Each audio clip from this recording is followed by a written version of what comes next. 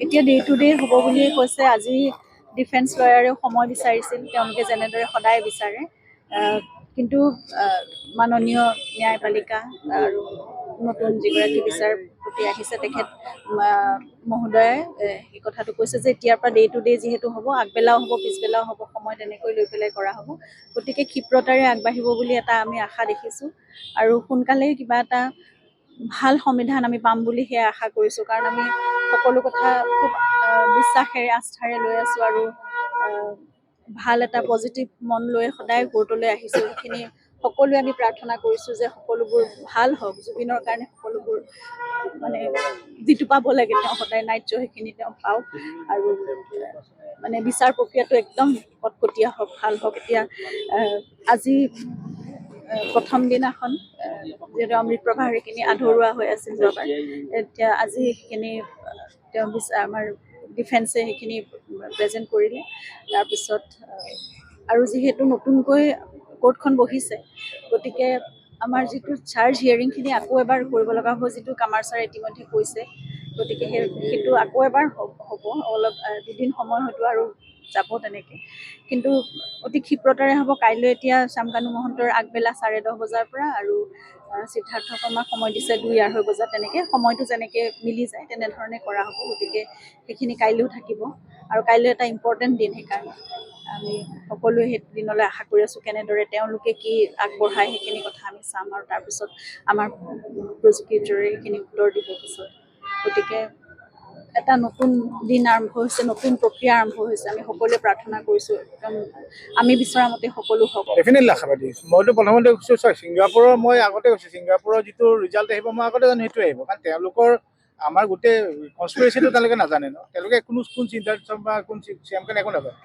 ত' তেওঁলোকে at the present moment তেওঁলোকৰ কাৰণে এজন টুৰিষ্ট আহিছিল, টুৰিষ্টজনে পানীত পৰিছিল, পানীৰ পৰা তেওঁলোকে এটা ঢুকুৱা বুলি এটা চেণ্টেঞ্চ দি দিছে যে ড্ৰাউনিং। বাট ডেট ডাজন্ট মিন কি ডেটছ দ্য এণ্ড। আমি সেইকাৰণে নিৰস হ'ব নালাগে, আমি অসমৰ মানুহ বা আমি কোনো নিৰস হ'ব নালাগে যে আমি ছিংগাপুৰৰ কেছটোৰ কাৰণে আমি হাৰি যাম। এইটো মিছা কথা। কাৰণ তেওঁলোকে নাজানে যে আজি জুবিন গাৰ্গৰ সেই পানীত যোৱালৈকে গোটেই বস্তুটো এটা যে প্লেন, গোটেইটো এটা কনস্পিৰেচি, সেইটো তেওঁলোকে নাজানে ন। তেওঁলোকে এইটো নাচায় বা তেওঁলোকে এখন টুৰিষ্ট কাণ্ট্ৰি, তেওঁলোকে বস্তুবোৰ টুৰিষ্টৰ ওপৰত গোটেই নিৰ্ভৰ হৈ থাকে এখন কাণ্ট্ৰি। চ' তেওঁলোকে ইমান দূৰলৈ নাচায়, তেওঁলোকে at the heat of the moment কি হৈছে সেইটো চাইছে, বাছ ডেটছ ইট। চ' সেইটো মই বাৰে বাৰে কৈছোঁ, সেইটো লৈ আমি একদম নিৰস হ'ব নালাগে। That's a case, that's finish. আমি নাই, আমি এতিয়া মেইন কথা আমাৰ যিটো SIT চাৰ্জশ্বিটখন কি বনাইছে, চাৰ্জশ্বিটখনত বাৰে বাৰে যিখিনি বস্তু দি দিছে, তাত অলৰেডি আমি 4জন আমি দেখাই পালোঁ হত্যাকাৰী ৰখি ধৰি দিছে, প্লাছ লগত 3জন আছে, তেওঁলোকে আমি লগত থকা কেইজন। চ' আমি গোটেইটো ফ'কাছ কৰিব লাগে। আমি অসমৰ মানুহ, জুবিনৰ অনুৰাগী, ঘৰৰ মানুহ, আমি ফ'কাছ কৰি আছোঁ কেছ যিটো আমাৰ অসমত হ'ব আৰু আমি সেইটোৰ ওপৰত আমি আশাবাদী কৈ আছোঁ।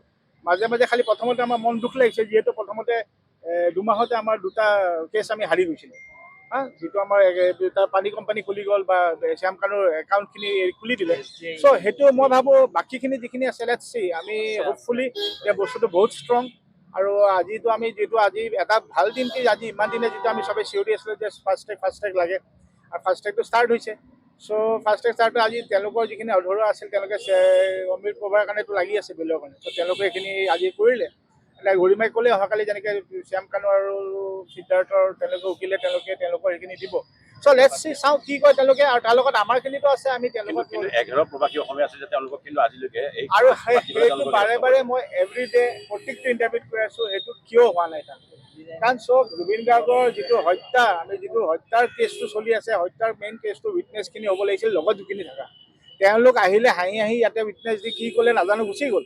চ' তেওঁলোকক কিয় ইমান এতিয়ালৈকে এৰি দিছে, মই সেইটো এতিয়াও বুজি পোৱা নাই। বা মেবি কিবা ফিউচাৰ প্লেন আছে, আই ডণ্ট ন'। আমাৰ ল'টো আমি ইমান ভিতৰকৈ নাজানো। কিন্তু মই ভাবোঁ আল্টিমেটলি চব জুবিন গাৰ্গৰ বাকীখিনি যিখিনি আমি অসমৰ উইটনেছ, তাৰ থ্ৰুৱেদি আমি পইচা পাতি গোটেই লেনদেনখিনি, এতিয়া জুবিন গাৰ্গে নাই মোক পইচাখিনি লৈ আমি কাক দিম। মোৰ কথা হ'ল তাতে এতিয়া পইচাখিনি যি খালি তহঁতে যি মাৰিলি, কিন্তু আমাৰ মেইন লাগে জুবিনৰ হত্যা হৈছে। তাৰ কাৰণে আমি জানা মতে, মই এটা লেমেন, মই ল নাজানো, কিন্তু মই জানো যে হত্যাৰ সময়ত থকা মানুহখিনিয়ে উইটনেছ হয় তাৰমানে। আৰু তাত আছিলে 11জন মানুহ, সেই 11জন মানুহৰ উইটনেছৰ নাম আছে নাই, বা 11জন মানুহ ইয়াত মাতা হ'ব নাই। এণ্ড উই আৰ ৱেইটিং ফৰ ডেট। সেইটো লাগিবই, তেওঁলোকক লাগিবই, তেওঁলোকে ক'ব লাগিব। আৰু তেওঁলোকেতো তাতে ষ্টেটমেণ্ট বেলেগ বেলেগ কৰিছে বোলে অলৰেডি। চ' এতিয়া মই কৈছোঁ সেইটো সাংঘাতিক দুখ লগা হ'ব তাৰমানে আমাৰ প্ৰত্যেকজন অসমৰ মানুহৰ কাৰণে। এইটো এটা চবতকৈ ডাঙৰ দুখ লগা হ'ব যদি ইলেকশ্যনৰ পিছত বস্তুটো ঠাণ্ডা হৈ যায়।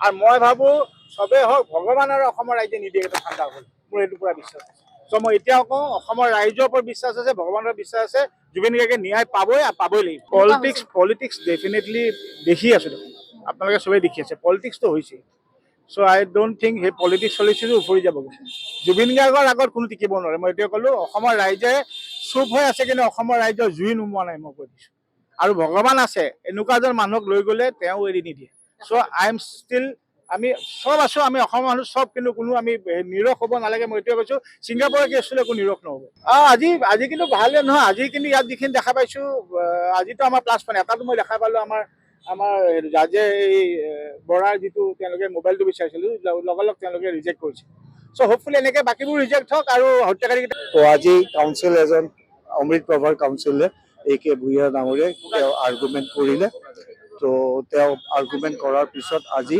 নেক্সট দিছে অহাকালি ৰাতিপুৱা ভাগত সিদ্ধাৰ্থ আৰু শ্যাম গানক দিছে ৰাতিপুৱা ভাগত আৰু 2টা বজাত সিদ্ধাৰ্থৰ কাউন্সিলে কৰিব ভিচিৰে তো তেওঁলোকক শুনাৰ পিছত বাকী কেইজনৰ আৰু আছামী বাকী আছে যাৰ যাৰ ডিচাৰ্জ পিটিশ্যন তেওঁলোকৰো শুনিব শুনি তাৰপিছত আমাৰ ৰেছপন্সটো অনাৰেবল কোৰ্টে ল'ব তো সেইটো কাৰণে আমি সাজু যেতিয়াই কয় তেতিয়াই কৰিম হয় হয় হয় এতিয়া আকৌ নতুন এতিয়া আকৌ নতুনকৈ শুনিব তে আজি যিহেতু আনন্দ ভূঞা কাউন্সিলে ক'লে যে মোৰ পাৰ্টটো মই কৰি যাব বিচাৰিছোঁ তে আমাৰো অবজেকশ্যন আছিল তেওঁ সেইকাৰণে সেইমতে কৰি দিলে কৰি দিয়াৰ পিছত এতিয়া আমি ৰেছপন্সটো কৰিব লাগিব তে সেইকাৰণে অহাকালিলৈ 2জন আছামীৰো শুনানি হ'ব ফাৰ্ষ্ট হাফ ছেকেণ্ড হাফ আৰু আজি নন্দেশ্বৰ বৰাই এখন পেটিশ্যন দিছিল আপোনাৰ জিম্মা বিচাৰি ফোনটো তো সেইখন তেওঁ ৰিজেক্ট কৰিছে আমাক শুনি দুয়োপক্ষক শুনি যিহেতু আমি কৈছিলোঁ যে এইটো প্ৰাইমেৰী ডকুমেণ্ট হয় আৰু এইটো কেছ প্ৰপাৰ্টি হয় আমি দিব নোৱাৰোঁ অনাৰেবল কোৰ্টে